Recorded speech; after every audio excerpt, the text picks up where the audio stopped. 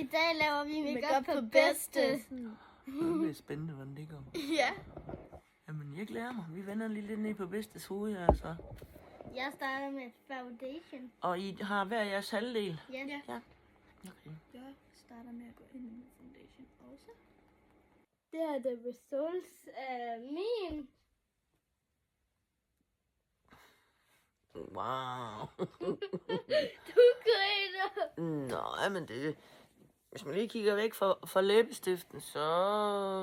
Og jeg har fået sådan en fin streg der også. Jamen altså, hvad skete der? Skulle jeg overske, eller? Nej, jeg prøver at lave den lidt sort. Jamen altså. Tak. Eller noget. Det her, det er så min side. Og hun sagde, at jeg skulle lave lidt store læber, så det gjorde jeg. Ja.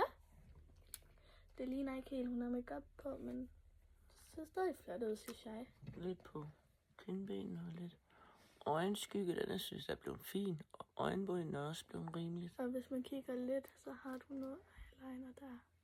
Ja, okay. Skal vi godt ned og kigge efter jer. Ja, jeg ved ikke lige med de læber der. Jeg kunne da godt tænke mig nogle større læber, men jeg tror ikke, det er helt sådan, de bliver malet. Hov. Så. Men hvis det var, så kunne jeg også bare have lavet dine rigtige læber, men du sagde, at de skulle være lidt store. Ja, det er fint. Okay. Men, Hej. vi ses!